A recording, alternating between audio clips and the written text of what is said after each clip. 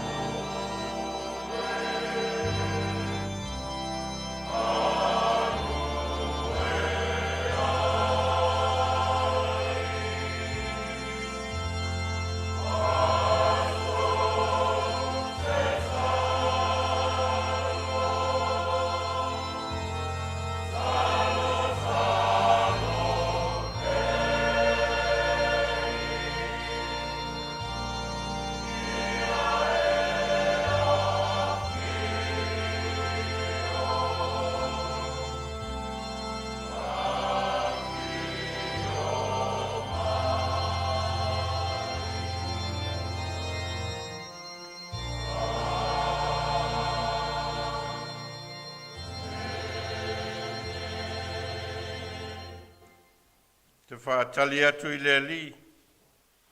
Ro whaatali atu lava lo nganga o te wha moe foi I la nā fionga.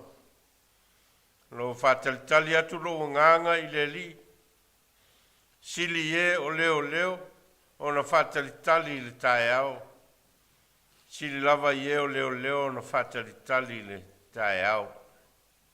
E o tātou te tālo. Whaatalitali atu o matua nganga tāpua I lau a fio I le nei tae au. E na ua e whangu ino mairo matua wola. Ma o matua vai a fo I lo matango fie.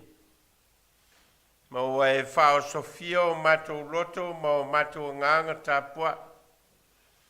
Ma o matua o mai whaatasi ai o I matua o lau whanau ma lo wainga. Se o matou si le viinga ma le whanetanga I lau fio. Ai vai ma le ato tol tangata I o luma nganga pa iai a fio mai e te tau tol rua ina la matou tapua inga nei. Ia whai ai le nganga ma le whamaoni a iai ulava o se viinga I lau fio oe o le atua le tamā le alo ma le nganga pa ia. Amene. Pese lua se lau mane lua, tātou te pese ai.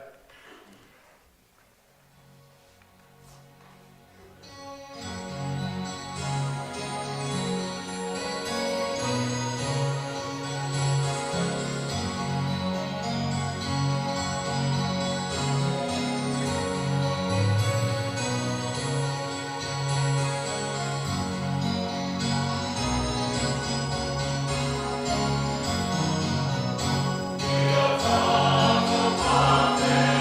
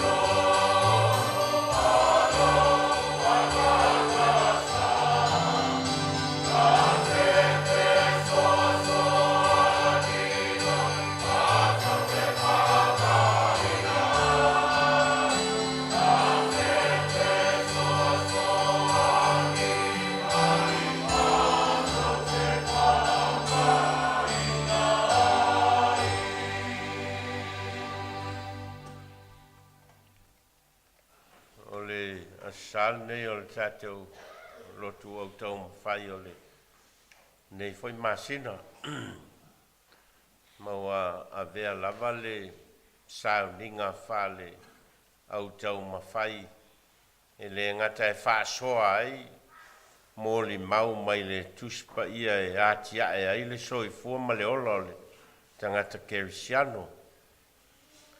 Ai o se avanoa le lei foi leo i tātou o tangata Lotu. Tātou te sa ili ai ma mo li mau ai le tuspa ia i to tonu o tapo inga faiteli.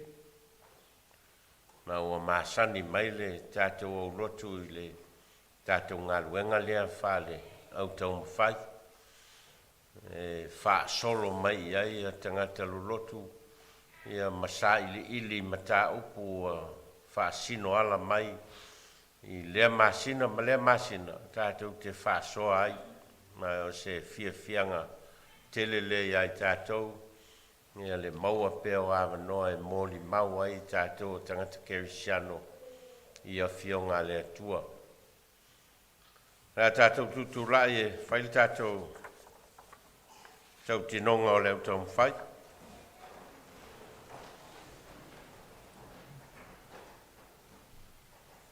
O le tau tinonga o leo Taumafai Penisione.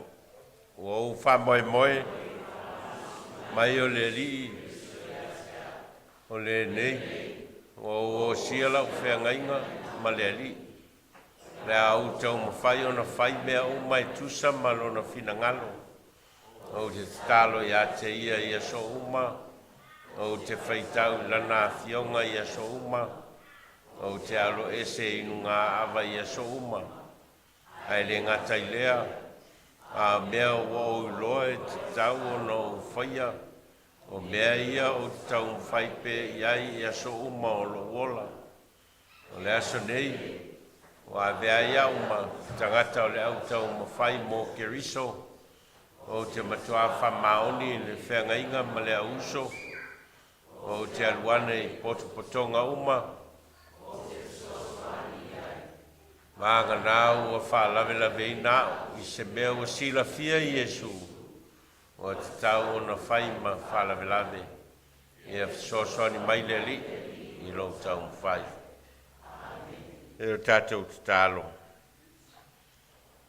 O i mātou lava o tangata vai ma le lea totoa. Mātou te nau fōi e sā ili mea le lei ma mea mātango fie mo mātou o langa. Tele lava ina o mātou pā u. Tele fōi ina o mātou solo muli. Ma o mātou te atu i lofina ngalo mo i mātou. O mātou o mai fōile, nei masina. Ina wā tofa ina le nei asao le au Taumafai. Mātou te whalongolongo ai e wha soa ua fionga. Na mātou maua ai ni teita inga mo i mātou, ma o mātou o langa. O mātou tonu whai, ma mātou filfilinga o le lei ma le leanga. O mātou o mai, malo mātou mautinoa o lau fio lava e te whamangalo mai mātou o lau whanau. Whetalai mai ai le nei aso mo i mātou whalolongo. Teita ina ai pea o mātou wola i au fionga e whai masulu i o mātou vai. O se malamalama i o mātou wala. O mātou te talo e alai. Lo suafa Jesu. Amene.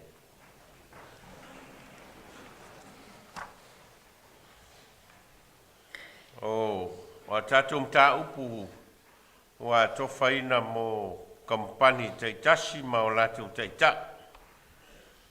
O le kampani le au whai pese o whea ngai ma le manatu au tū. Sau wā oe. Sau wā oe. Come as you are. Sau wā oe. O le manatu au tū o whea ngai ma le au ngā sā. Matua i la leanganga. Matua i la leanganga. Spiritually maturity. Spiritual maturity. Matua i la leanganga. o le manatu au tua whiangai ma tina ma tamaitai. Whaalongo I whautuanga lelei. Whaalongo I whautuanga lelei. Listen to good advice. Whaalongo I whautuanga lelei. Ia male manatu au tuo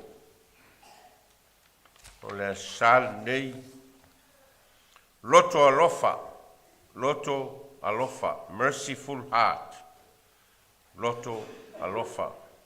Ia o manatu au tu ia e wha mo kampani taitasi ma o latou taitai.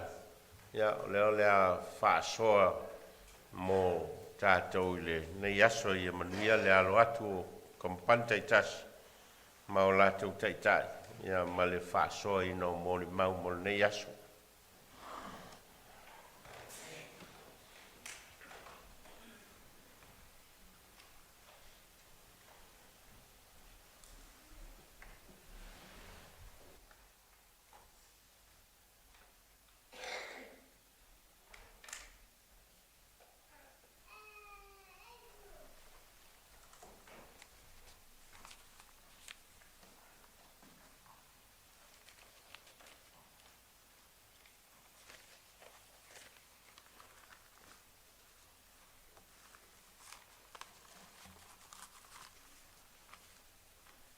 Yo vai.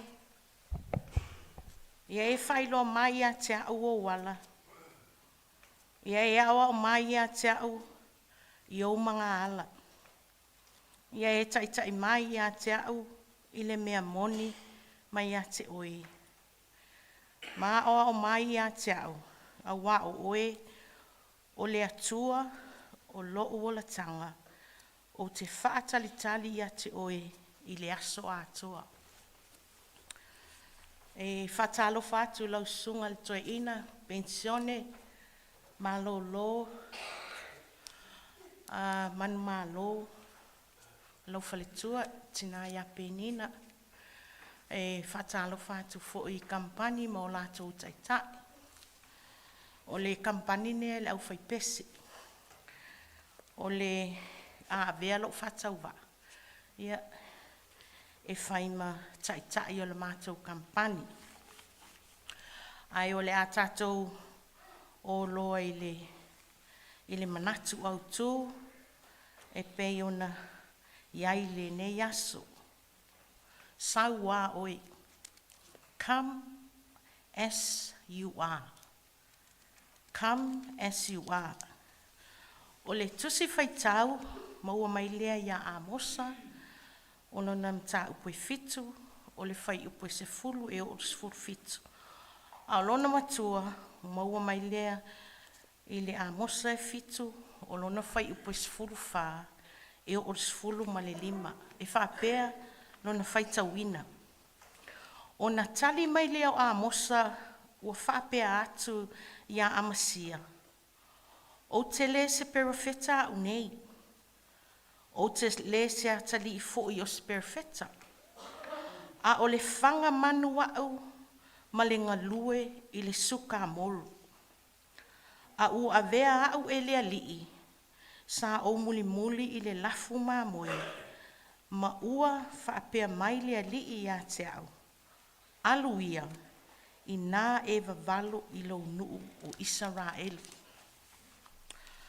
O le whanima enga o Vailaau iai ia le manatu au tūl nei a sā mua e le whailonga tangata le atua. Lua e mausali le whātua tua. Malona tolu, ma fau lo loto I lo Vailaau ina. Malona whai, ma mea whai ngā luenga le atua. O le vaenga mua, e le whailonga tangata le atua, e luani tus whaitaua mātou whiliwhilia. Ia e lango ai fo ia le vaenga mua. O le tusi mua, o le kenese, lona mta upo sfuma lua, a lona whai upo mua, ma le tusi lona lua, o Iosua, ma ta upo e lua, a lona whai upo mua. Se whai tau mai wha moli.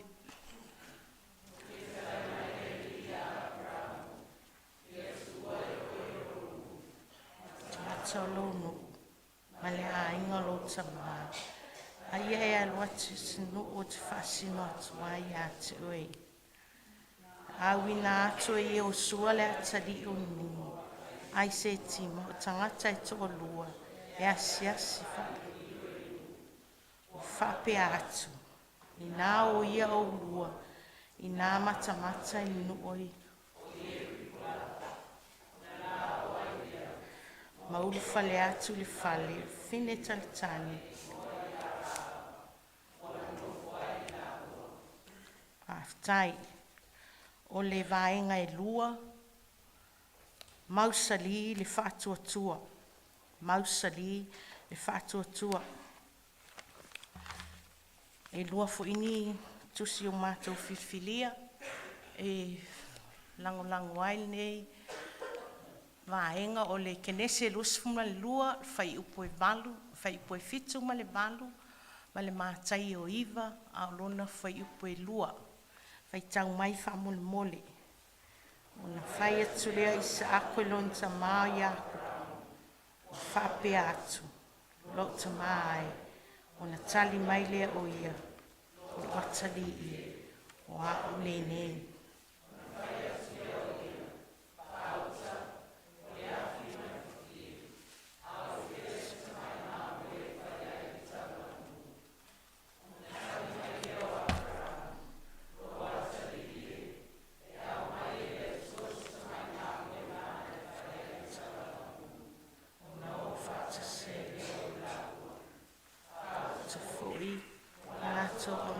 Te ia le tangata supa. Ua ta otu le moenga. Ua sia fifo e suru la tau fatu atua. Ua feta la i atu.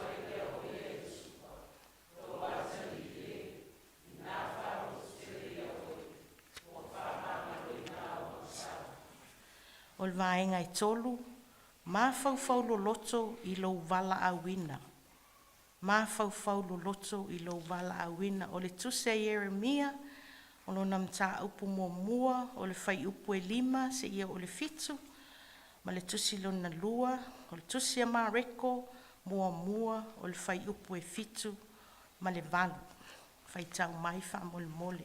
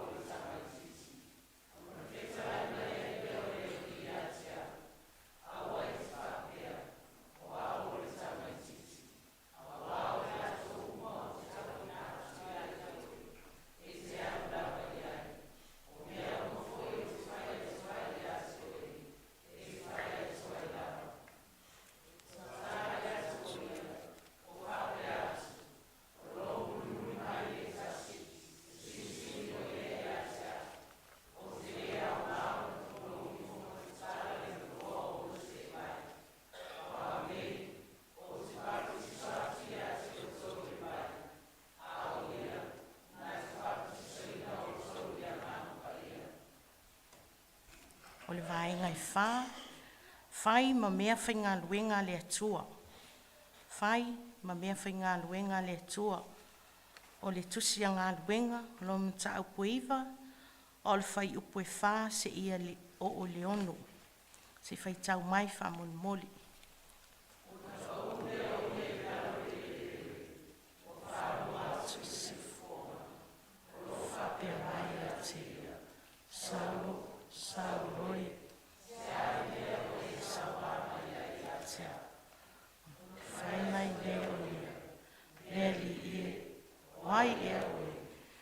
Fetalai mai leo leli. Wa o Yesu. We sawa mai ai. Lea whainga tāia te atu. Wa te te ia. Whape atu. Lea li ie. Se ale mea te whinangalo i ai te whainga. Fetalai mai leo leli.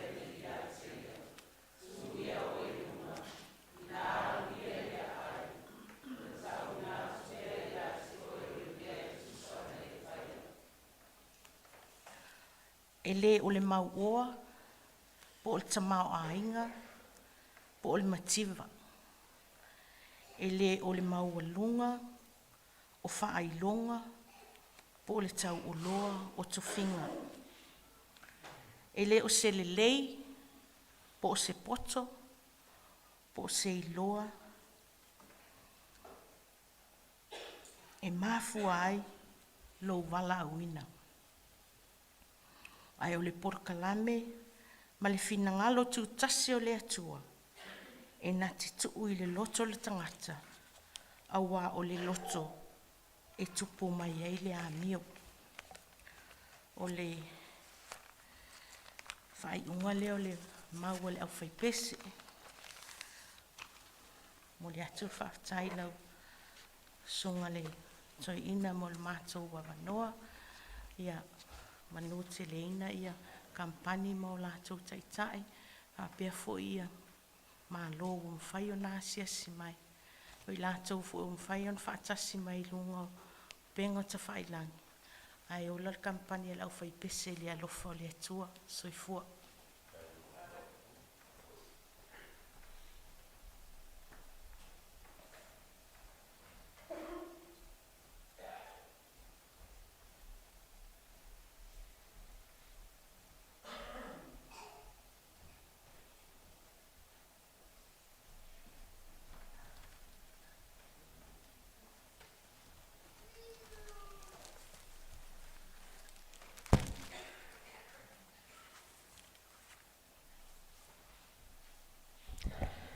Le swafa manu malo Yesu Keriso le ao le au Taumafai.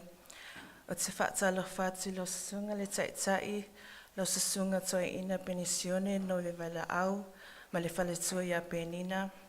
Whaatalo whafoi kampani taitasi, ma o lātou taitai, ai tainane le paia maulunga le ekalesia, i ona tulanga whaalupe. Whaatalo whafoi uso o malo ma whai ona tātou whaitapua inga lene i asasa, o le lotu au Taumafai o le nei e kalesia. O te whaatalo whātu fo'i, ie o loo mai moa mai upenga te whailangi, ma lo le soifo manuia ma le langi mama. O le kampani le nei, a le anga sa. Le manatu au tū, matua i la le anganga. Matua i la le anganga. Spiritual maturity. O mau mai le tusi whai tau mai le Iakopo, mata upu mōmua, whai upu se fulu ma le iwa, se o le lus fulu ma lima, au le matua, o maua i le Iakopo, mata upu mōmua, whai upu e lus futasi e whapea. O lea fo'i, ia lafua i ai mea ele e lea uma ma le leanga e silisili. Ia talia ma le wha maulalo le upu o Toeaina, o lea e mawhai ai o na whaolaina o Toanganga. E whāwaenga o vai ai le nei manatu au tū. Vaenga mua, ia pū lea lo loto. Vaenga e lua, tatalo i le atua. Vaenga tolu, ia whaavailo o langa i le alofa. Ma le vaenga e wha, o e wha lolongo, ma e ana i le upu. Vaenga mua, ia pū lea lo loto. Controlling your heart. O le pulea ina o lau loto, o se lu i tau whainga tālea mo i tātou uma. A wā o le loto, e le na o le nofoanga e iai o tātou langona, ai o le nofoanga e a fua mai ai o tātou mawhauwhanga, o tātou manaonga, ma a tātou filifilinga. O i nā, e tātou tatau iwi ai ma le ita, le wha noa, le fefe, le te ena, ma le popole. O vaenga uma ia o lo tātou tangata soifua. Ai o le pulea ina o le loto e le whapea o le aini o tātou langona. Controlling your heart does not mean removing your emotions. O le matungo whio le tasipa ia, e le na tia e tau i vinga i te tonu o loto o tangata o le atua. E te le tangata na filifili e le atua, ai sā lātou whiangai fo'i malangona moni. Tātou te waai a tāwita, o le sawhea ngai ma le fefe, au le itau makoliata. Tātou te waai a yopu, o le sātangi, whesilingia le atua, ma mawhatia o na o mea umana leiloa. Tātou te vae a Mose, o le salangona le mamafa o le tiute o le Toeaina o Israelu. O nei tala, e whamanatu mai ai, o le iai o tau I vinga I te tonu lo loto, e le whapea ua Vailaau whatutua. Having struggles in your heart does not mean having weak faith. A whai tātou te wā ai le o langa o Yeremia, tātou te ilo ai se tangata na whiliwhilia le atua a o tala vaulava o ia. Satu ina atu Yeremia lona o langa atua, e lapita ia le nu o yuta ina ia toi fo I mai le atua au le o mai le whaamasinonga. Ai o le tali o tangata, sa lātou te ena o ia, sa lātou tawe muia te ia, sa lātou whaalumaina o ia, matau whaamatau I lona ola. O le mafuanga lea, e masani ai ona te ua Yeremia o le berewhetatangi. This is why Jeremiah is often called the weeping prophet, because he wept for his people. E le tangi Yeremia ona ua le eso na whatuatua. Ai sama mawhalona loto o na lona alofa I tangata, ma lona tinga I lewa ai atu o lātou liliu ese mai le atua. E le ina tia Yeremia lona loto mai le atua. Sa ia au mai ona tinga, ona fesili, ma ona tau I vinga I loma le atua. I le mata upo e luse fulu, ina ua uma ona sasaina o ia ma tuuina le fale pui pui. Tātou te wa ai ai le wha ate na inga I te tonu lona loto. I le vaenga lava le e tasi, na ia vi ia le atua, ai muli muli ane, na ia whapea, ia maalaia le aso na o whanau mai ai. O nei upu, e whaali ai le lo loto lona mawhatia. Au le mea tāua, e mawhai ona iai le tingai lo loto, ai tuma pea lo whatutua le atua. Faith and emotional pain can exist at the same time. Au le whatete inga sili o le loto Yesu Keriso, I le whatoango ke te semane, sa sila fia Yesu le mea o le a o mai, le whaalataina, le sasa, le sātaro, ma I le nātemi, tā tute wa ai, le lo loto lona loto, ma lona tangata sohifua. O whamatalaina e luka, o lona afu foi, ua pei o alu alu toto, ua pa ui foi le ele ele. O le tūlanga e seasea tupu, e ta ua I ngana whaperetania, o le hematodosis. E whamatala ai le mawhai, o na whewhiloi le toto, ma le afu, ona o le o ngaunga o le mawhatianga whaletino po langona. Sweating blood is a proven condition, and it only happens when a person is under extreme stress. The fact that Luke showed this detail is very significant in understanding the position of Jesus' heart in his last night before his crucifixion. E le ileaini langona o Yesu, sa ia langona le tinga, le mamafa, le mawhatia.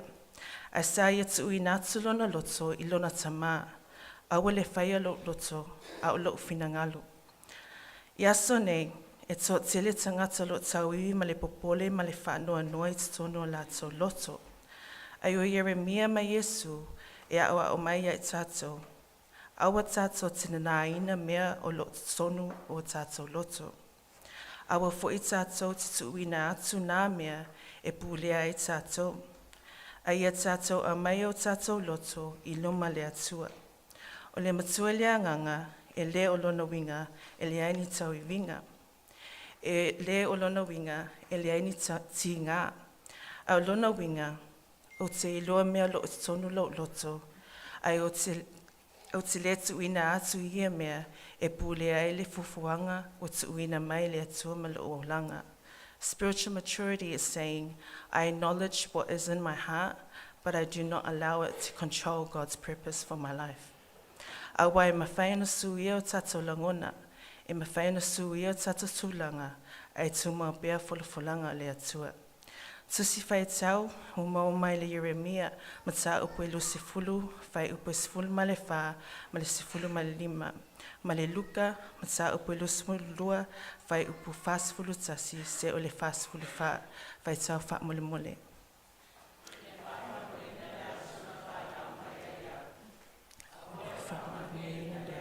Whai whanongaina le tangata, na awatu le tale le utsoma, o whape atu, o whanau i atu o le tamatani, o tua whawhiwhi e atu ia.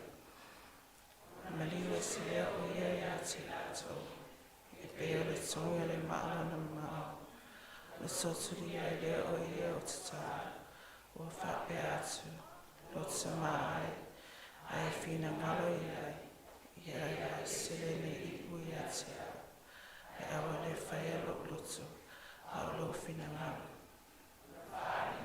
Ia i atea le anelu mai le nani, o whaamasi i atea, o ngā o ia, o atili aila na tataro, o nā fwoi o pēra o tutu. Vaenga e lua, tatalo i le atua, pray to God. O le ala se mea e whai bea mawhatia lo loto. O le tali whaingofie, tatalo i le atua. Prayer is one of the greatest gifts God has given us, yet it is often one of the most underestimated. O le tatalo, e le na o le ole i le atua, mo mea tato te mana o iai. O le tatalo, o se tasi awala e mawhai ai ona tato sula whai le atua, ma le loto a atoa e tau iai tato ti ngā. Tato popolenga, ma mea tato te le mawhai ona tau aveine i le maalosi o le tangata. Prayer is where we bring our hearts when life becomes too heavy. O se tasi o whai te inga silio lo o maua le tuspaia o le tala ia hana. Sa whai puipo hana ia elekana, pe tai, sa le mawhaiona ia maua se whanau. O penina, le isi a vai elekana, sa iaila na whanau, ma sa masani o na whai ma tau emu ia hana o na olona le whanau. O tau mai ai le tuspaia, sa matuati ngā lona loto. Sa tangi o ia, sa le fia ai, ma sa alu atu i le whale o lea li i e tatalo. O ina, na i e tatalo ma lona loto ato i le atua. Sa memu ona lau ngutu, a le se leo na langona. Ina ua ai atu eli le o se taulanga sili, sa manatu o ia ua o ngā hana. Ana tali atu hana, ele ai, a ua o momoli atu loto i le alii. Le i whata ua ina hana manatu o tangata. Le i tau fia e ia le whaamasinonga po o whaitionga isi. Na ia fua i ana mawhatianga i le atua. Na ia tau to i le atua. A whai te whaamanuia mai a te au. O le afua i o le nei whaamanuanga molona ngaluenga. Sa tali mai le atua i mana o ngā hana. Ma sa ia whanau lona atali i Samuelu. Se tasi o berefeta sili o Israelu. It all began with one woman he chose to pray. A tātou wa ai le tusi o salamu, e whaingofia na tātou manatu, o ni solo matungofie, po ni pese. E ue le tusi a tā vita salamu uma, ai o le tele o salamu, o ana tatalo i le atua. Na ia langa atulia le i taimi o le ita, le fia, le wha noa, le fefe ma le salamo.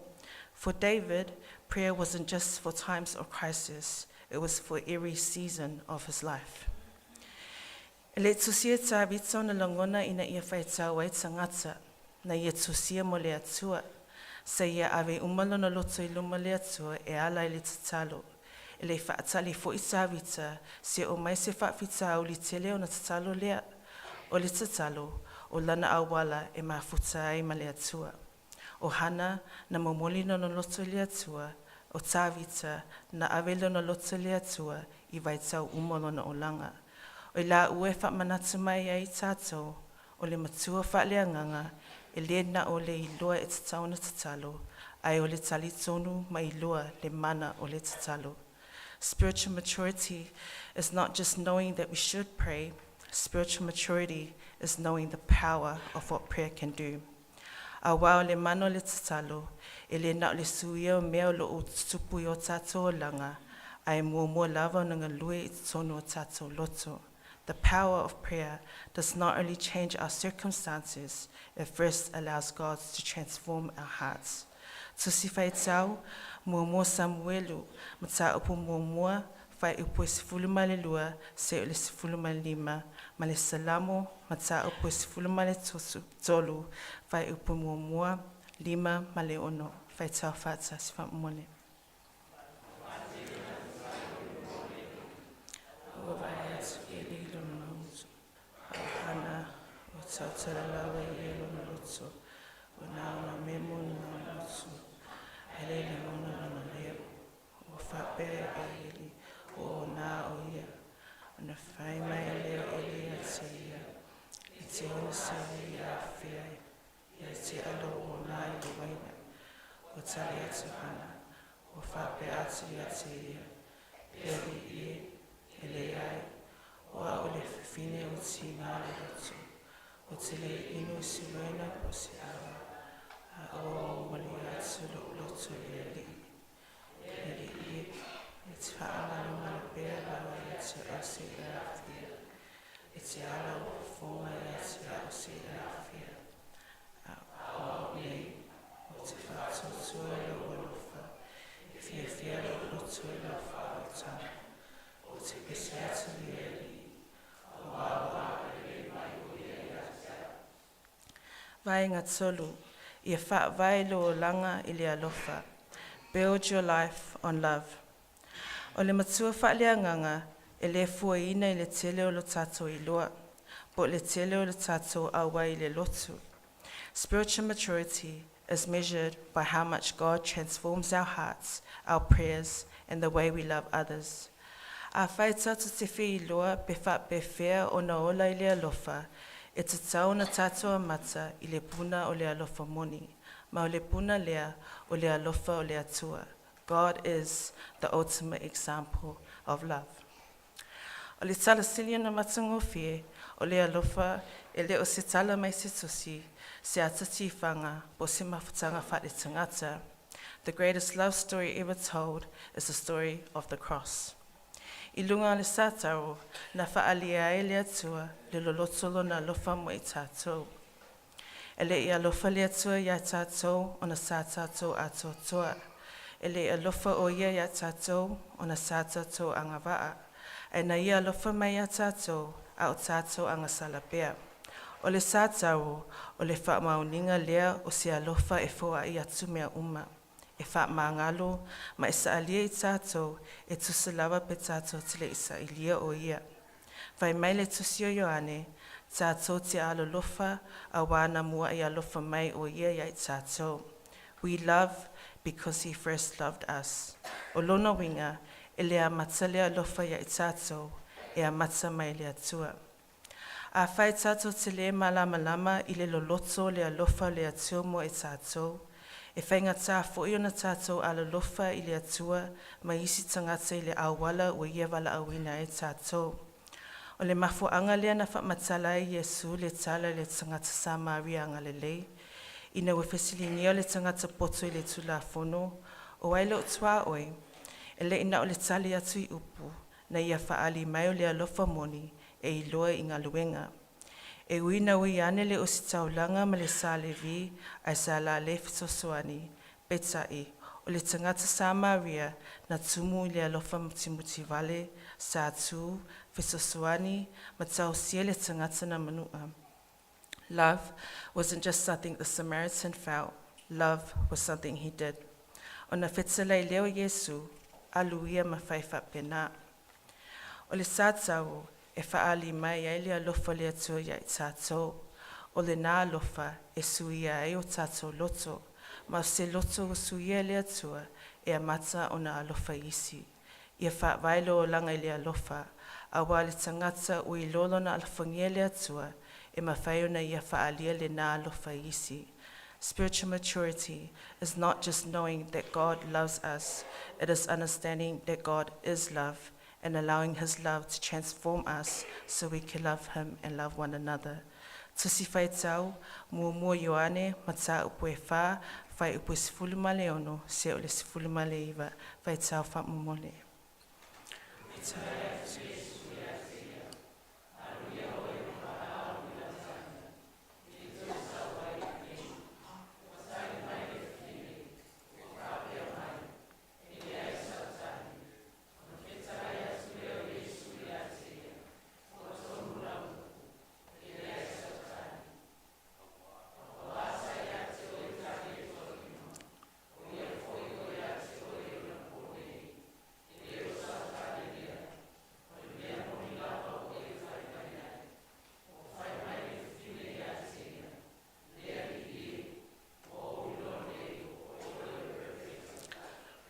whamalulu atu o sisele le tuspa ia. I se ufai tau atu se whamatala ele vaenga lea. E mua yo ane matau ue wha e pue sifulu male ono se o le sifulu male iwa e wha bea. O i tato foi, o tato i loa ma ua wha tuatue le alofa o i le atua ia te la tato. O le atua, o le alofa lava ia, o le tu mau i le alofa, o tu mau i tonu o le atua foi, o i tonu ia te ia. O le mea lava le nei, o ato toa i le alofa ia te tato, ina ia tato maua le wha malosi le aso le wha misinonga, a wai beo ia, e wha bea foi tato i le nei lalolangi. E le ai se fefe le alofa, au le alofa ato toa, e wha te se ina ai le fefe, a wau le mea ti ngā le fefe, o le ua fefe, e le wha ato toa ina o ia le alofa. O i tātou alalofa ia te ia, a wana ia mua i alofa mai ia te tātou. Vaenga wha, o e wha alolongo mai ana i le upu. Those who listen and heed the word. O le matua wha le anganga, e le na o le awala tātou te pūlea e tātou loto, te talo le atua, po le alalofa i isi. A wā le tangata matua wha le anganga, e le ola na o na langona, manatu o tangata, po le poto le lalolangi. A spiritually mature person listens to God's word and allows it to guide the way they live. Ua matale e vangalia Ioane i se matalanga maalosi. Saile amatanga le upu, saile atua le upu, o le atua fo'i le upu. In the beginning was the word, and the word was with God, and the word was God. O lona winga, pe a tātou i loa le upa le atua, tātou te i loa ai lona finangalo, ma le awala e te taona tātou o la ai. Ina o uma aso e whasi fulu lana anapongi, sa Taumafai sa tani e tofo ia Yesu. Sa vai Yesu i le tino, sa fia ai, ma sa iai se taimi whaingata. Ai le tali atu Yesu i ona lava langona, na ia tali atu i le upa le atua. O taimi uma lava na tofo ai satani, na whetalai Yesu, ua tu sia. It is written. Na tu Yesu i lunga o le upa le atua. E lei na o le upo se mea na ia manatua i le taimi o le tofotofonga. Sa avea le upu, ma wha avai o lana loto, lana mawhauwhau, ma ana filifilinga. Jesus did not only know the word, he lived by the word. O tātou fo'i asa nei, e whengai maltele o leo tangata, o manatu le lalolangi, o tātou lava langona, au le fasili, o le ale leo, o le a tātou mulimuni iai. A wai whaingo whiona tātou whaalongo i le upu le atua, e whaingo whiona tātou whaitau iai, au le lui tau moni, o le ola lea iai. Na whetalai Yesu, o le nei, ai se whaalongo iau upu nei mawhaia e ia, o te whaatusaina o iai le tangata poto, o nā whaia lona whale i lunga o le papa. E le whetalai Yesu e poto le tangata o na wana o lona whaalongo, ai o na ua ia whaalongo, mawhaia. O le esenga lea i le vau le i lua le upo le atua, ma le ola i le upo le atua. This is the difference between knowing the word of God and living the word of God. Tusi whai tau, ia kopo, ma tā upo i mua, whai upo i lo sifun ma lua. Ma le lua Timoteo, ma tā upo i tolu, whai upo sifun ma le ono, ma le sifun ma le fitu. Whai tau whamole.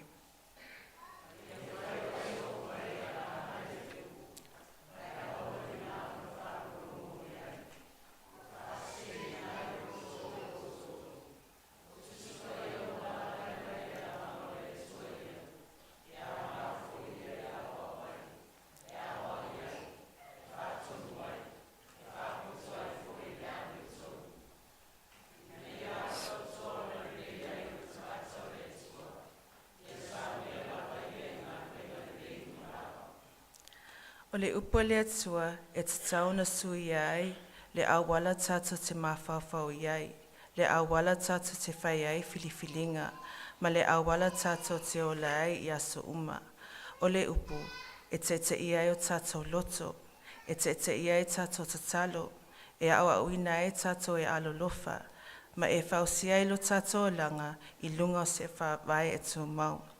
Those who hear and obey the word of God do not only understand his will, but allow his word to guide their lives.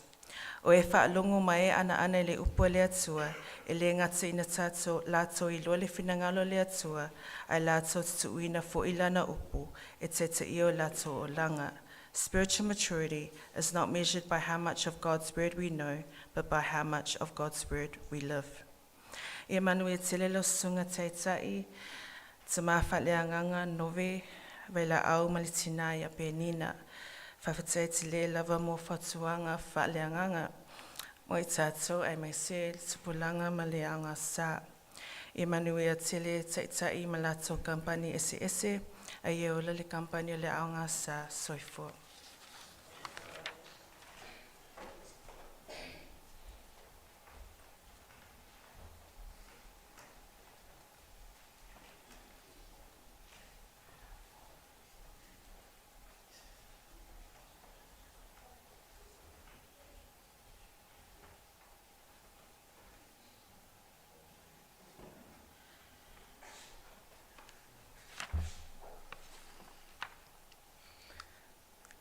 E mua na whātalofa atu le kampangi a tina mata mai tai. I lau susunga I le Toeaina Penisione, malo lo manu malo Nove Vailaau ma le whale tua penina. Whātalofa atu fo I le pae o le eka le sia, wō mai e masangi, ai mase o lātou whafonga, ma mai mua mai I lunga upenga whisu tainga. Si alofa, talofa lava. O le maule nei a tina mata mai tai. Manatu au tū, whaalongo I whautuanga lelei. Listen to good advice. Tusi whai tau e soto se fuma le walu, whaipu e se fuma le tasi e uru le lua se fuma le tolu. Au le matua, wo maua lea le whai upu e se fuma le walu. Whai tau mai whamu le mole.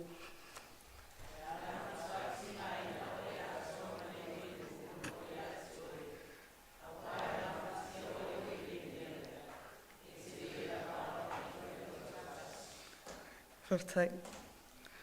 O le whaalongo I whautuanga lelei, o le whaawai papa o whaamanuianga, mo lowo langa I le lumanai.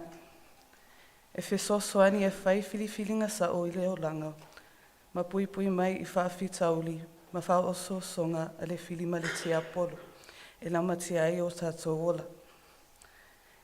E whaawainga ua vaivaina I aile ne manatu au tū. Vainga mua, e whaasino mai le atua tangata e whesosoani a te oe. Vainga e lua, awa e te manatu e te iloa mea uma. Vainga e tolu, e le aise tangata e vale I luma o le atua, ma le vainga e wha, o le tō wha whetalai, I mea tutupu le o langa. Vainga mua, e whaasino mai le atua tangata e whesosoani a te oe. Ao o ina lutia le ola I whawhitauli o le o langa e tū whesili le loto. Pe I ai se isi e te tō manga I ai. E whai mau whesosoani. Pei tai, o nao le atua e whaasino mai tangata whesosoani a te oe.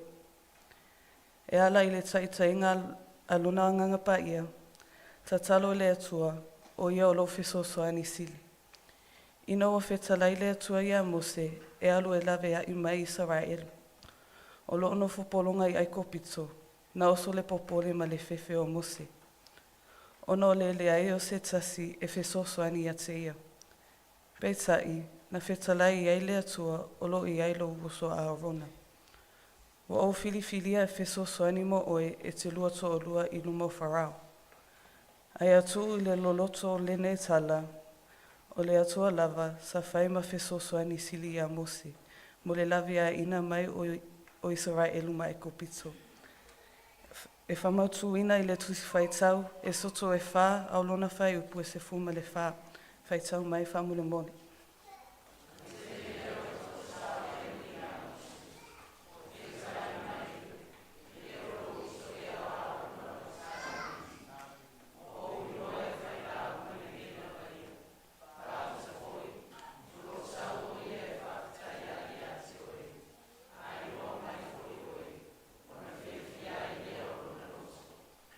Heftai. Vainga e lua. Awa e te manatu e te loa mea uma. O la ngona i e mawhai ona tutupu le tangata, wana moa le malosi, le poto, ma le tamao ainga. Ona whanau mai ai lea. O le whamaua lunga ma le vaai mau lalo, ma pungi sa i le vaai, po fia na afo ai manuia ua ia maua. O la ngona nasa ia nipka nisa, ina ua ia maua le tele o mea. Ina ua pule ai papelonia le lalolangi ina au na po. Na ia whaapea, pele o papelonia tele ia le nei nau whaia ilo maalosi. O ngalo i le tupu le na afo ai, lona iloa ma mea ua ia maua. O le mea moni, e le i ule leise tangata o la whamaua lunga. O le mea na tupu ia nipukanesa, na ai le mutia e pe o le povi. O se whi au mo tātou, awa e te manatu ua i loa mea uma. Awa e wha aluma ina ai o e. Tusi whai tau, tani elu e wha, whai pue tolu se furu, ma le tolu se furu ma le lua. Whai tau mai wha mune moni.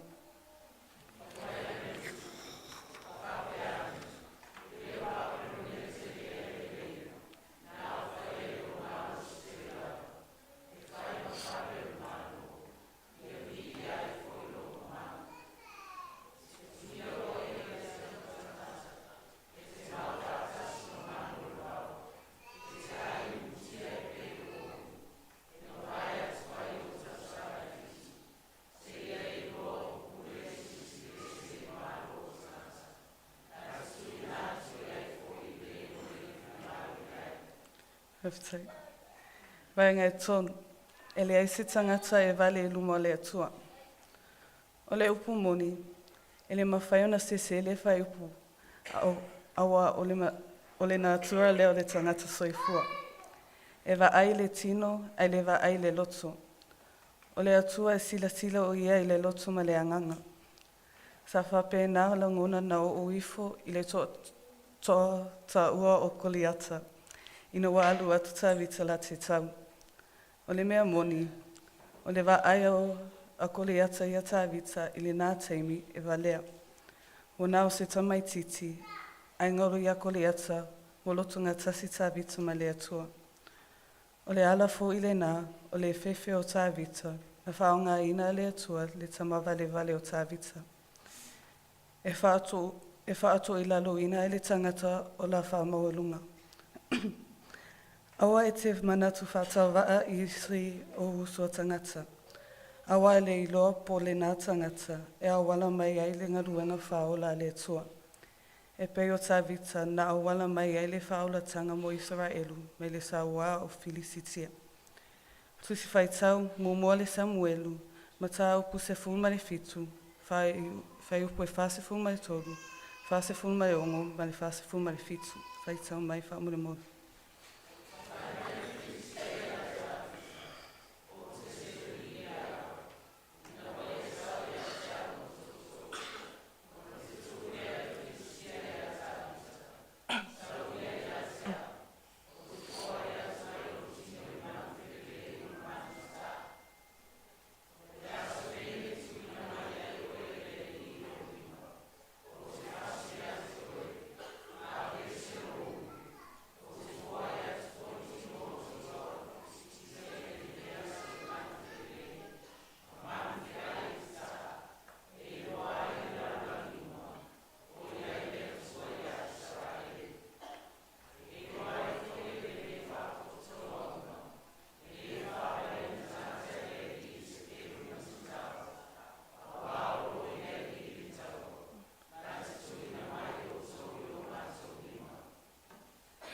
Heftai. Vainga e wha. O le tō wha whetala i mea tutupu le o langa. O le tō wha whetala i pea fua i mea tutupu le o langa. O le ata mailo loto lea e whea ngai mai ai. Lui tau masuinga o le mawhauwhau ma le siusi o manga. Ina wo i loa e tāwita, huanga sala i luma o le alii, na ngoto i fo i lona loto le languna o le sala mo. Ona o le matua o lana angasala, o le ata manino o le tangata e loloto le tō wha whetālai. Ina ua umauna a oa I le perofita o nā tano tā vita ina ngā sala. O le nā ia tali atu ai, ma le lotu maulalo I lumo le atua, wa o anga sala I lumo le alii. A le feta ala I le tofa e te le langona ina le sala mo mai o anga sala. Tusi faitau, lua Samuelu, mata upu se fuma le lua, au le fai upu e se fuma le tolu. Faitau mai famu le modi.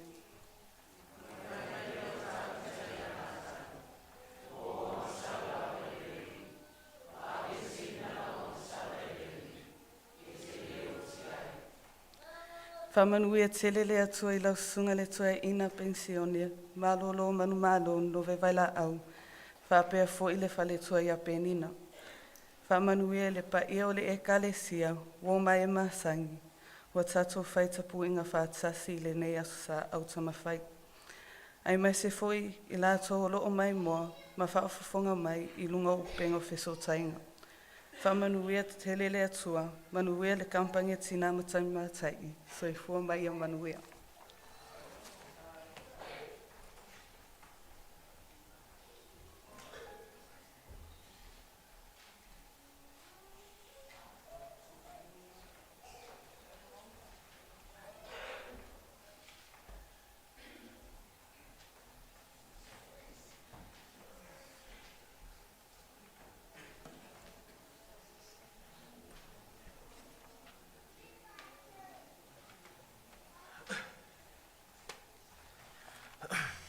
God is good. All the time. Lelele atua. Te miuma. E mua na whaatalo whatu le kampani o ta mamatau le leo. I lau sunga Toeaina o Penisione ma lo ma le whalitua. Ia, whaatalo whatu fo I kampani ma o lātou tai. Whapea le mamalu o le tapua inga. Whaatalo whatu foi I o lo tātou whaitapua inga whaatasi. E ala I au ala o fiso tainga. Talofa lava.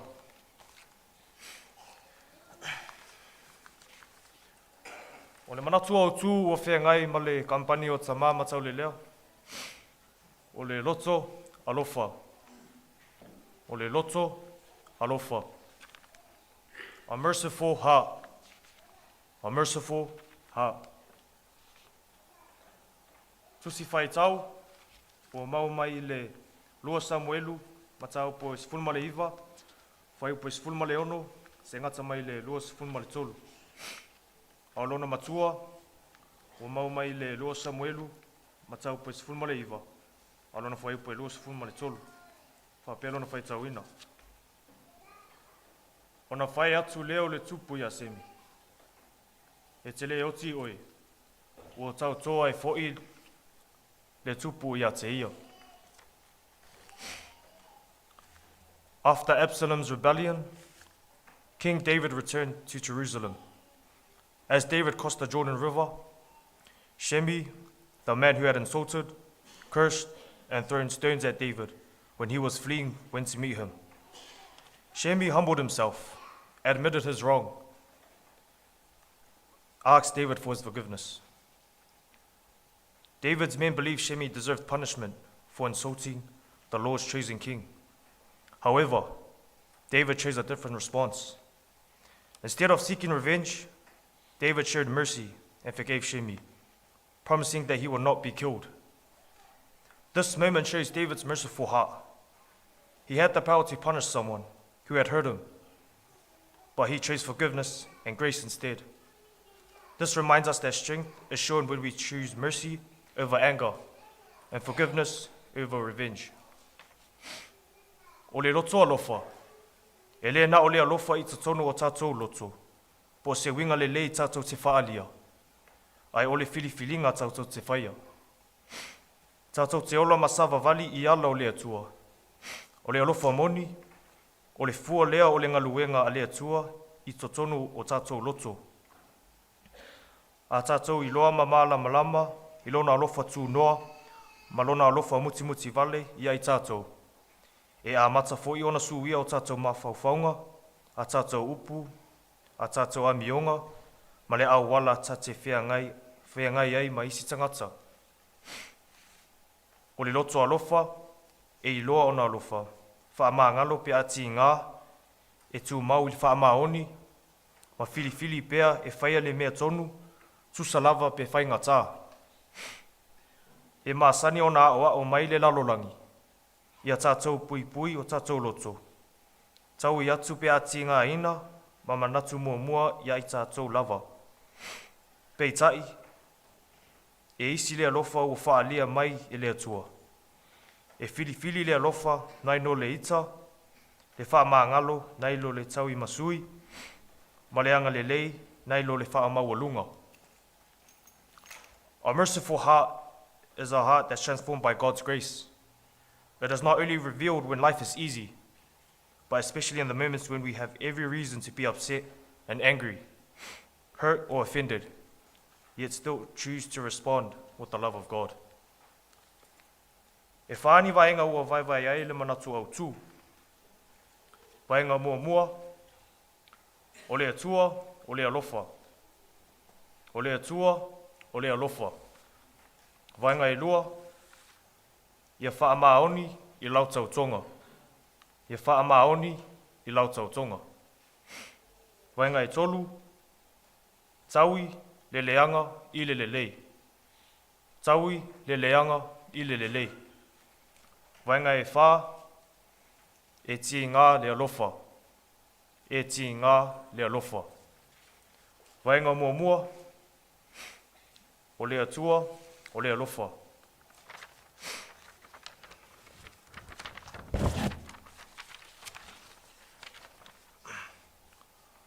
O le amatanga o le alofa, e i loa lea po o ai le atua. A tātou i loa le atua, tātou te i loa le winga moni o le alofa. Lotu sia i le tusi o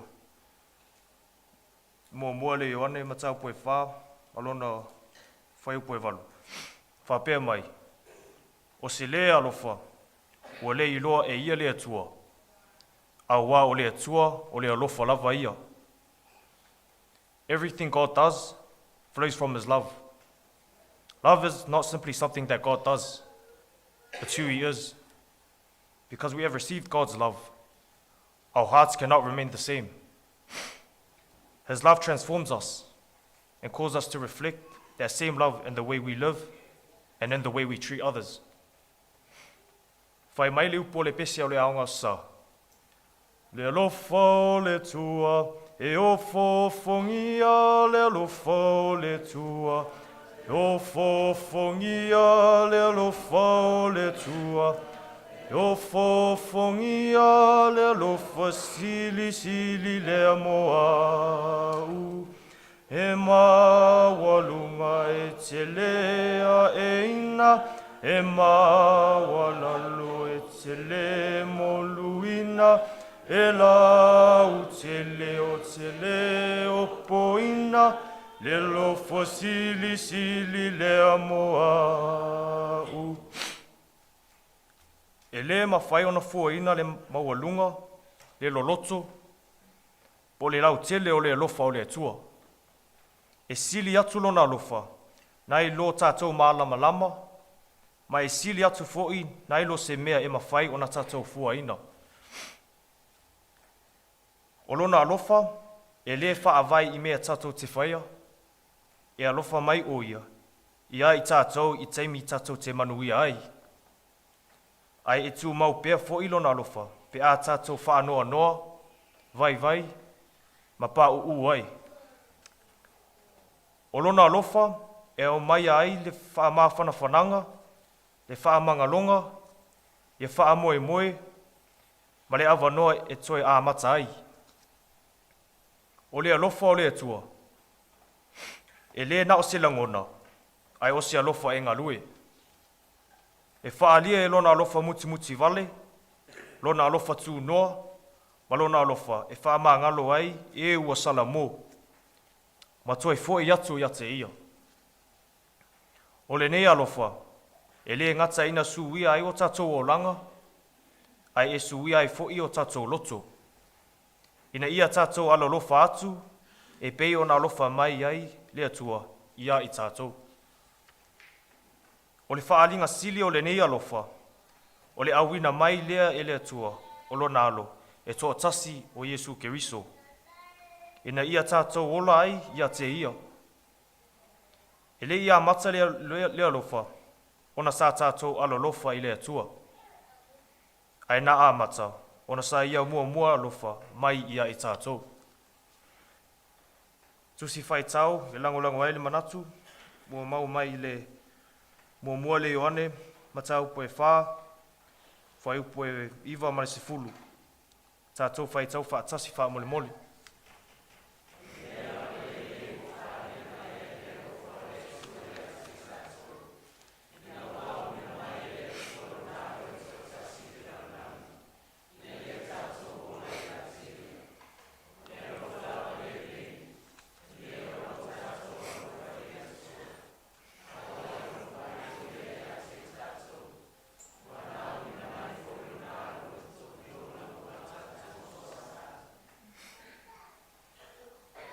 O le fesili mo i tātou. Pea o atangia ea i o tātou loto. Lea lofa ofo-fongia o lea tua. Waenga e lua, i e wha maoni i lau tautonga.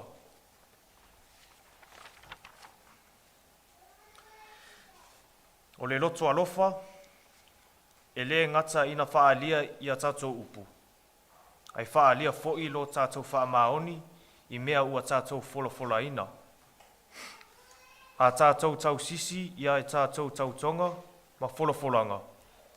Ua tātou whaalia le whaaloalo, le alofa, ma le whaatua ina o isi tangata. E iaile ma mafa o a tātou upu. A tātou whae se tau tonga, ua tātou tuuina atu se vaenga, o lo tātou whaatua ngā i se isi tangata. O le wha maoni, e le na o le whaia o le mea sao pe a whai ngofie. Ai o le tūmau pea i a tātou upu, tusa lava pe whai ngata. Faithfulness is not proven when life is easy. It is revealed when keeping your word becomes difficult. E whai ngofie ona tātou tautino atu i teimi lelei, pe a whai ngofie me uma. Ai o le wha maoni, moni, i e i loa i teimi ua lui tau. Pe a mana o mia ai le ono sai, le loto maua lalo, ma le filifilinga e whai ai le mea sao. Integrity means doing what is right, even when no one is watching. It is choosing to do what is right because we honor God, not because we want people to see or praise us. A person with integrity remains true to their words and faithful to their commitments, even when it is difficult and even when no one sees. God is the greatest example of faithfulness. He remains faithful to his promises, and his character never changes. Because God has shown his faithfulness to us, we are called to reflect that same faithfulness in the way we live, the promises we keep, and in the way we treat others. Tusi whai tau I lango ai le manatu. Ua mau mai le lua Timoteo, matau poe lua, alona whai poe fulu maltolu. Ma le numera, matau poe tau sifulu, alona whai poe lua. Tātou whai tau whaatasi wha mole mole.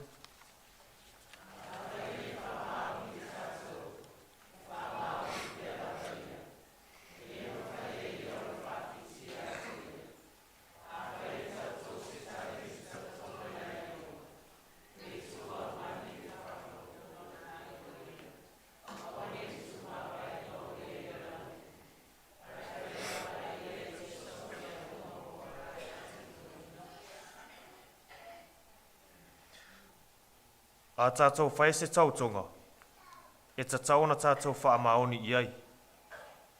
A person with a merciful heart does not make promises they have no intention of keeping. Instead, they strive to live according to their words and follow through on their promises. Our words have the power to build people up and tear them down. They can create trust, encourage others, and show love. But when we fail to keep our word, we can damage the trust that others place in us. A merciful heart chooses faithfulness because it understands that our words and our actions reflect God. Our integrity becomes a reflection of His character and the love He has shown us. A faithful heart reflects a faithful God. A heart that reflects God's love is a heart that can be trusted. A heart that keeps its promises, honors its commitments, and shows love through its actions. Ia tātou whisili. Pea whai ona whaatua ina au ia upu, ma au tautonga. Vai ngai tolu, tau I leleanga, I lelelei. O se tasi leo whai longa sili o le lotu alofa. Nai lo le tau I masui, pe I tau. E whiri le tangata, e tali atu I leanga lelei, ma le while e mu. O le lotu alofa, e sa ili e toi wha lelei ia mafutanga. Nai lo le wha atite le ina, o fe ese e inga.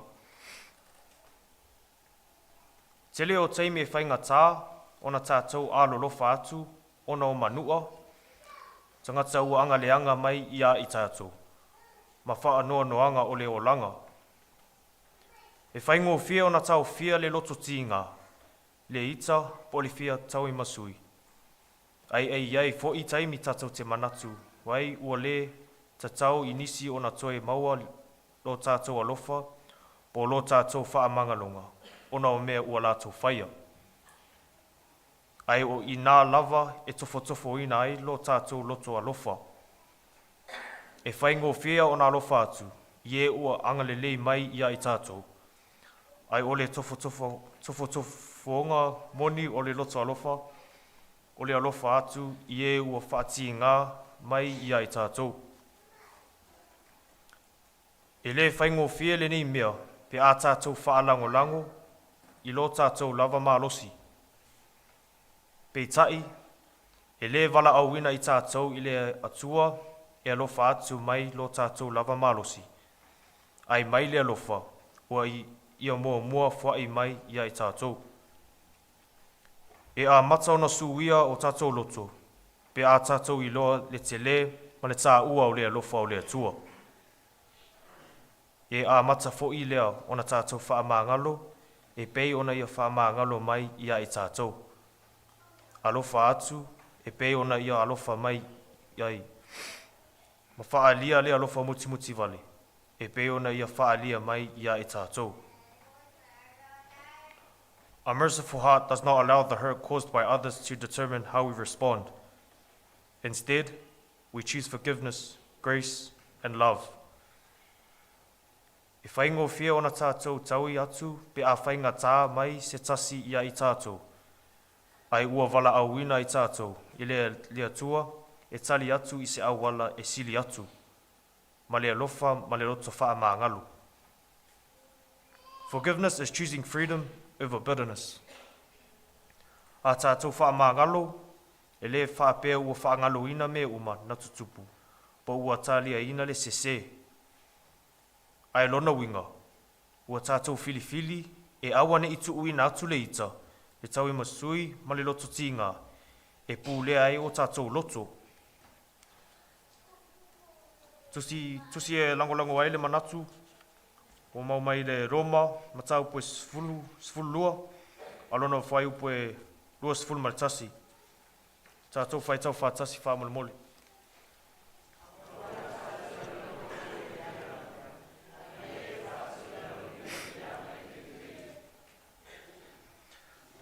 A tātou tali atu I le leanga I le lelei. Ua tātou whaalia le winga o Keriso. The greatest victory is not getting revenge, but keeping a heart that remains like Christ.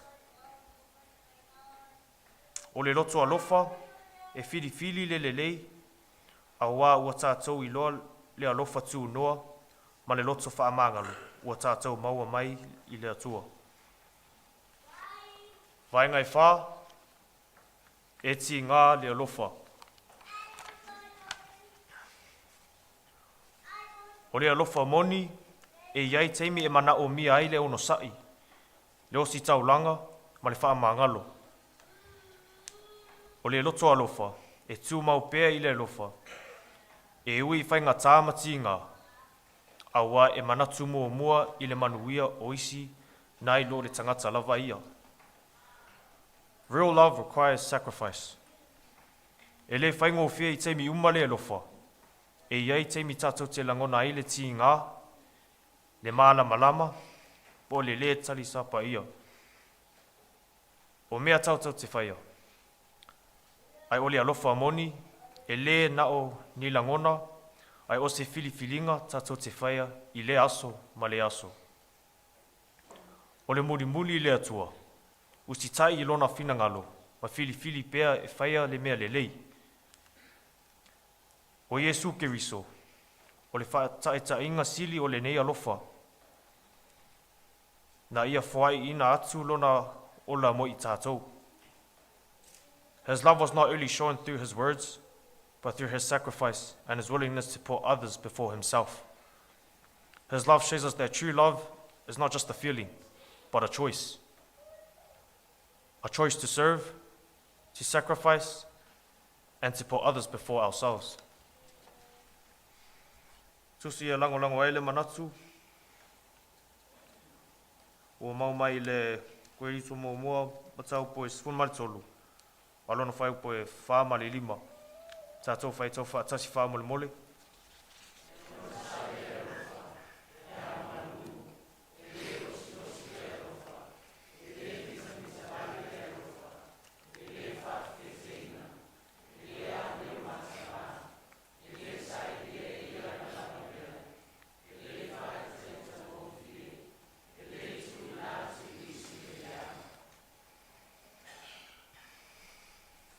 O le nei whai upu, e wha manatu mai ai ia i tātou, e le na o le wha alia o le alofa i teimi whaingofie, ai o le awala tātou te fili e tali atu wai i aso uma. O le alofa moni, e mana o mea ele ono sai pe a whainga tā, le loto mawalalo, pe a ti ngā, ma le loto wha amangalo, pe a tātou manua. A heart that experiences God's love will always have the strength to love others. When our hearts are filled with His love, we are able to love beyond our feelings, forgive beyond our pain, and reflect His character in the way we treat others. Ia avea o tātou loto, ma loto e atangia aile alofa o le atua, ina ia I loa atu ai o ia, e ala ia tātou upu ma tātou ngai o inga. May our hearts reflect the love of God, so that our lives are a testimony of His love. His character be seen through the way we live, speak, the way we treat others, and the impact we leave on those around us. Ono Yesu. Amen. Manuia lo sunga malo lo manu malo mal falitua. Le pa ia male mamalu le kale sia fa pelo ilo ta lo la to lo fa tasi mai lunga upenga te failangi. Ai ola le kampani ta mama taulelea. Soifua. E whai sawa o ngā mo o Yesu, e olio ma file ua nau nau lo tue a te oe Yesu e se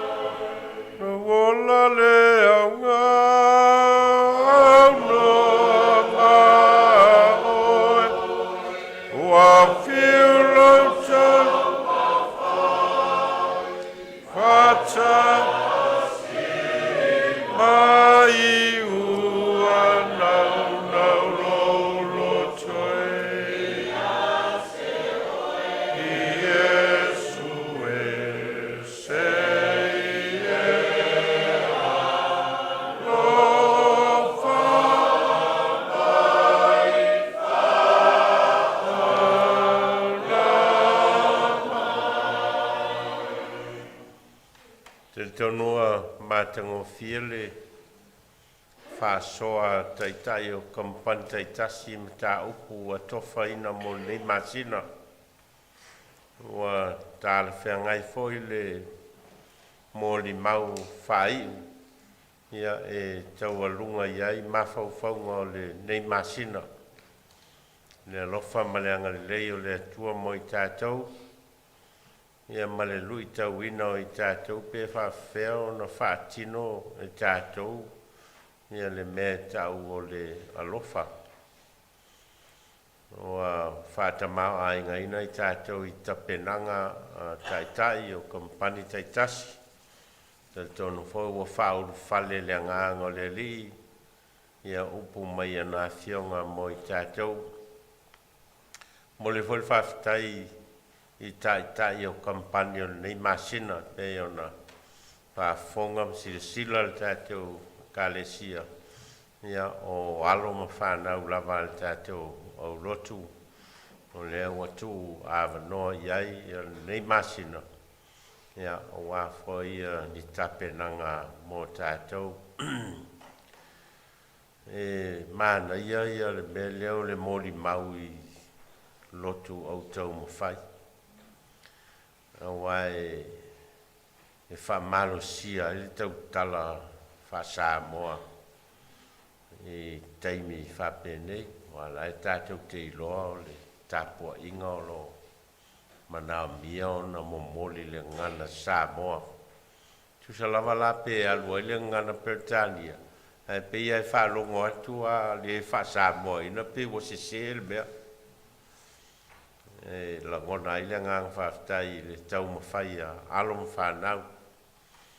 Ia ena ia momoli pea i le ngana Samoa. Ia lato moli mau.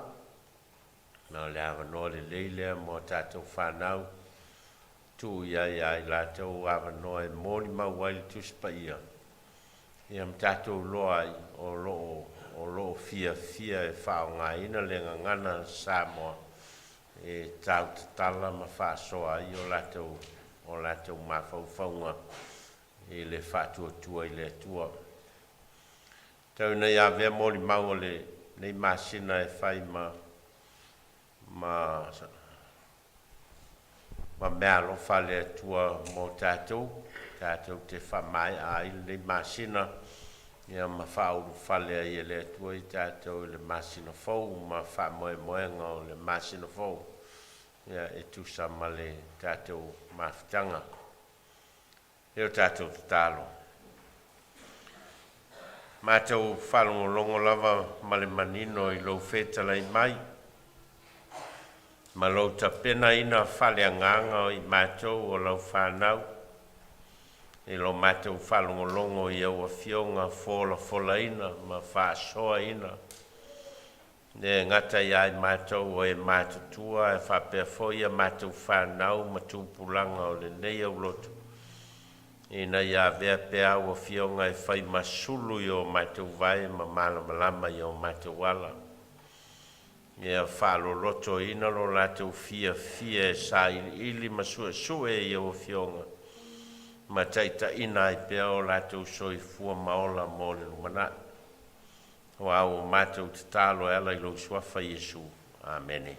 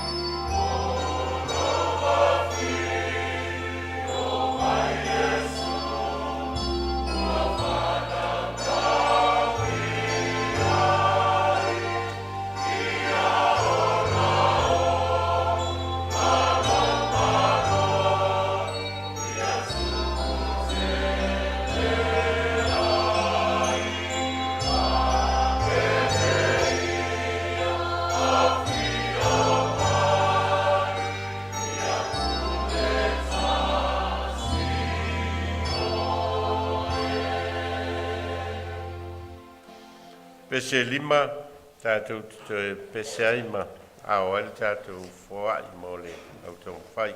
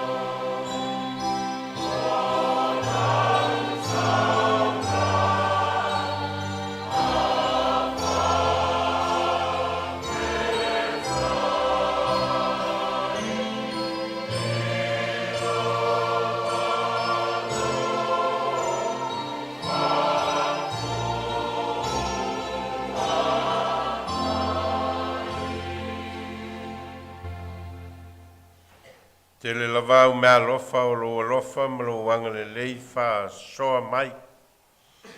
Au fua foi le ola ngā lulue ma le ola tautua. Whao ngā ina o le poto ma le iloa ma le atamai ma tā leni wa e fo ina mai. Ma le ola sā ili o lau whanau. Na wa e tali mai, ma e whamanuia mai, ma e whasafua mai mo i mātou. O mātou o fwoi nātu nisio au me alofa o e au mai mo i mātou e whai ma mātou tāuranga mo lau whi au ma lau ngā ruenga whapa ia mai. E sili lava ona e whapa ia ina o mātou ola o fwoi nātu i ate oe. Whai mauvi inga o no lau swafa Yesu. Ameni.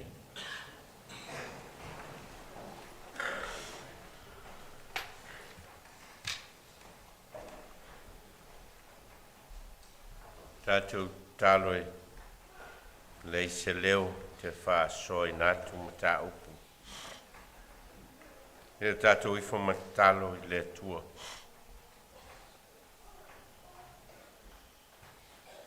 Tātou tui nātu i luma o le tua. Le ola taumafai o le tātou au Lotu ma le kalesia i so se ala. So se au nanga ma so se tautua o lo tātou tautua i le tua. E na ia whamanuia mai le tua.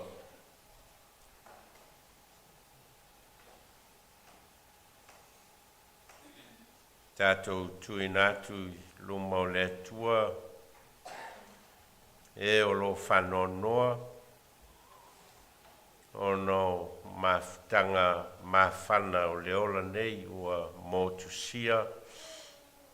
O no le maliu maleoti ma le Vailaau o le tua.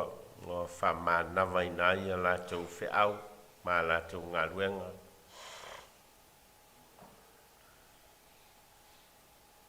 Ia whaloto tele mai pele tua ma o mai ana whamawhananga.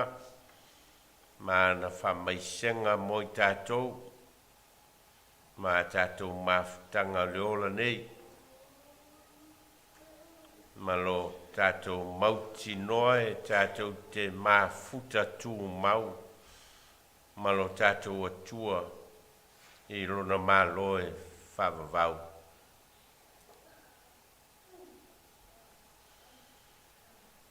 Tātou talo mo whamoemoenga o le au Lotu.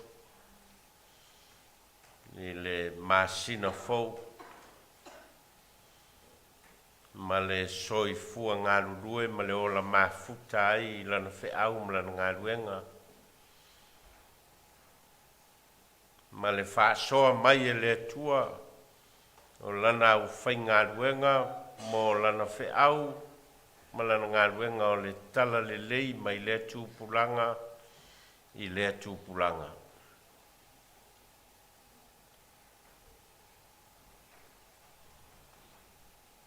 Tātou talo ma tui nātu i luma o le atua le nei atunu o New Zealand tātou no nofo ai. Ma ua vai tamaina o tātou wola. Ma ua sa ili manuia ai mo ainga ma whanau mo nei ma le lumana.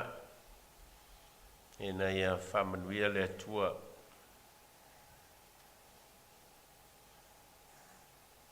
Tātou mana tua o tātou ainga i Samoa ma le atunu. O na whainga malo. O lo na ola whaleanganga. Maana pūlenga i to tonu anu ma la lawhanga i a whamanuia le tua.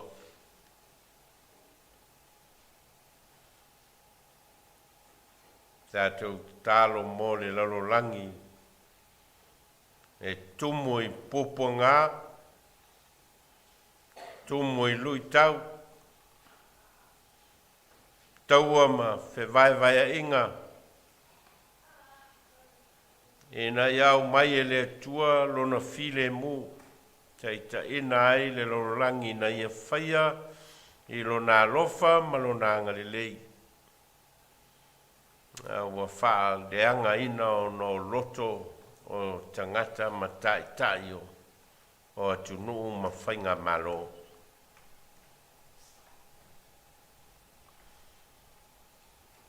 Tātou te tālo mō le upu fola o le nei masina e ala i le au Taumafai. Whata mau a inga ina whale nganga ai tātou. I lo tātou wola ngā rurue ma le o le tautua o a tātou filfilinga ma mea tātou te whai. Lo tātou wāwhenga iai o le tasi ma le isi. Mai se lo tātou wāwhenga iai ma le atua.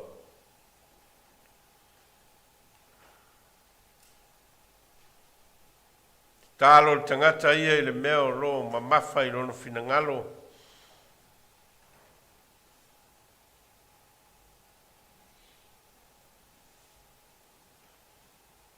Te le lava ta tālo i o mātou loto.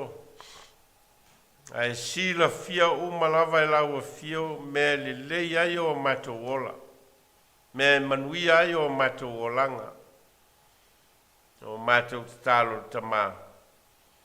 Whaia lo lava finangalo ai le o mātou loto. O au mātou te tālo moala au e alai lo swafa Yesu le li man whaolo le nā wao i mātou te tālo lo mātou tamai o le langa. E o mailo malo.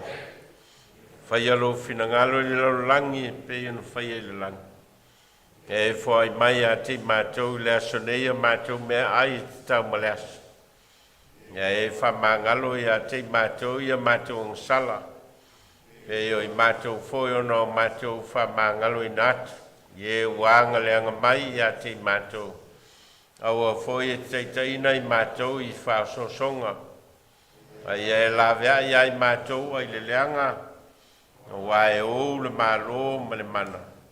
A toa malevi inga e whawawau. Amen. Se lau fisfu malefitu le pese tātou te whai uiai ma whamawai e foi. O i lātou o lo whaitapo inga whatasi mai mai tātou nungo penga so ta inga. Se lau fisfu malefitu pese.